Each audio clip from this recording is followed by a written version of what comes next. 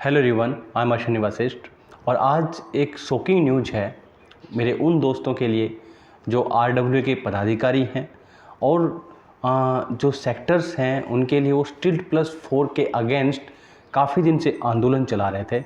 Result भी मिला था और अच्छा ही रिजल्ट मिला था। हरियाणा गवर्नमेंट ने उस पर रोक लगा दी थी, आपको याद होगा।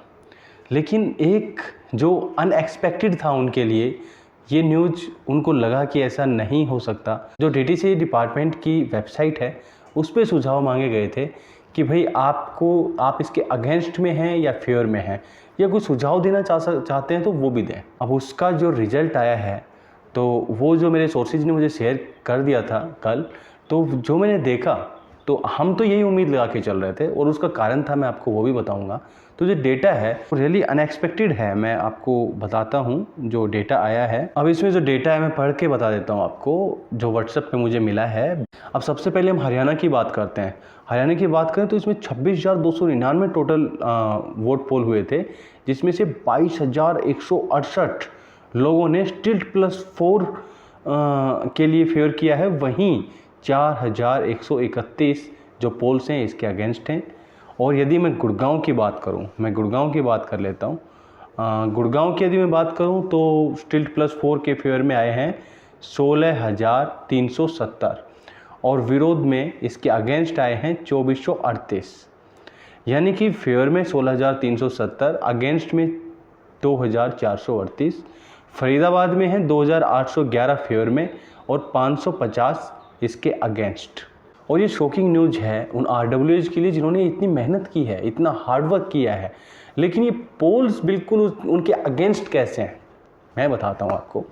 एक तो क्या है कि जो आरडब्ल्यूए बनी हुई हैं ऑलरेडी जिन सेक्टर्स में, तो उनका जो सबसे बड़ा इशू था उन लोगों के लिए, आरडब्ल्यूए के लिए, उनका ये था कि भाई जो साइड में जो खाली प्लॉट पड़ा है वो जब स्टिल्ट बनाता है तो उसकी वजह से जो हमारे दूसरे बनाए हुए घर हैं उनको एक बहुत बड़ा खतरा हो जाता है, कंस्ट्रक्शन पे खतरा हो जाता है।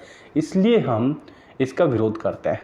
वो जो आंदोलन कर रहे थे उस पर बिल्कुल उनको ये विश्वास था कि लोग तुम्हारी सुनेंगे। जो सेक्टर के लोग हैं वो हम लोग इतने हैं कि हम हर चीज़ में हमारी सुनी जाएगी। गवर्नमेंट को भी यही लग रहा था, बट रिजल्ट इसके बिल्कुल विपरीत आने का एक बहुत बड़ा कारण है, वो मैं बताता हूँ आपको। वो क्या होता है कि जो एक नया इन्वेस्टर होता है वो काफ़ी एक्टिव होता है और इस वजह से वो इंडिविजुअली उन लोगों को कोई लीड नहीं कर रहा था, कोई उनको काफ़ी जो वोट पोल हुए इनमें से बहुत ज़्यादा हो सकते थे, लेकिन बहुत कम लोग हैं जिन्होंने इसके ऊपर वीडियो बनाए होंगे, क्योंकि किसी को फ़ायदा तो होता नहीं इन वीडियोज़ पे। मैंने ज़रूर 2 वीडियो पहले शेयर किए थे इस पर। मैंने आपको ये भी बताया था कि पक्ष और विपक्ष दोनों चीज़ें आपको बताई थी, आपको आइडिया लग जाएगा, आप देख सकते हैं।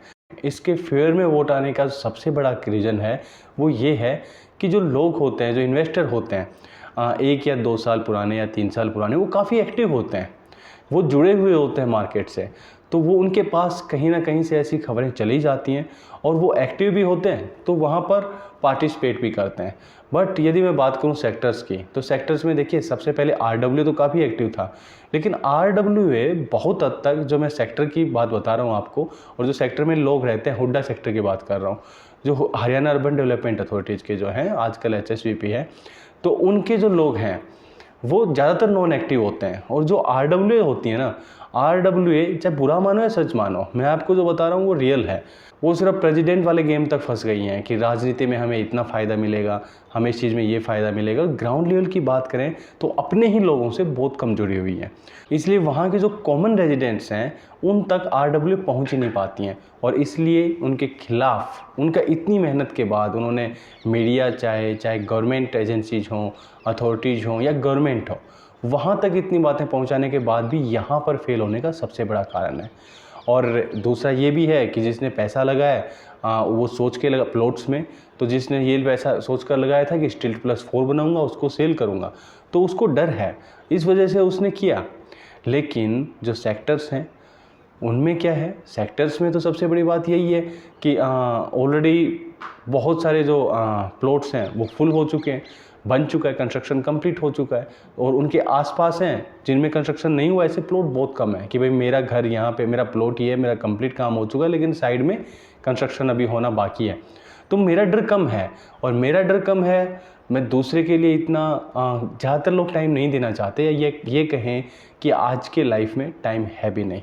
मेरे लिए तो एक्सपेक्टेड था कि अबाउट 90% चांसेस हैं कि ऐसा ही कुछ रिजल्ट आए, बट यहाँ के जो RW हैं उनके लिए बिल्कुल शॉकिंग भरी न्यूज़ है। बट उनको ये तो सोचना चाहिए कि वो जो अपने कॉमन रेजिडेंट्स हैं, जो इनमें पॉलिटिक्स में या इनमें पार्टिसिपेट नहीं करते हैं, उन लोगों तक RW की पहुँच ना के बराबर है।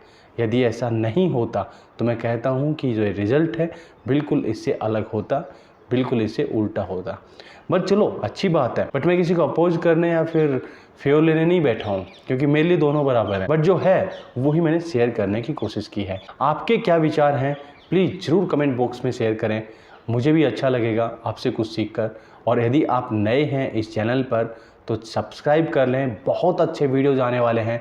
और मैं इतना बता देता हूँ, आप मेरे वीडियोज़ देखोगे तो मैं ये नहीं बोलता कि मैं नंबर 1 2 3 4 मैं कुछ नहीं हूँ, बट आपके लिए, आपको डिसीजन मेकिंग में मेरे वीडियो 100% यूजफुल साबित होंगे, मैं ये आपको कह सकता हूँ और ये आपको गारंटी दे सकता हूँ। सो हाँ, इन्फॉर्मेशन अच्छी लगी हो तो लाइक और कर दें। Thank you very much. मिलेंगे फिर जल्दी नेक्स्ट वीडियो में।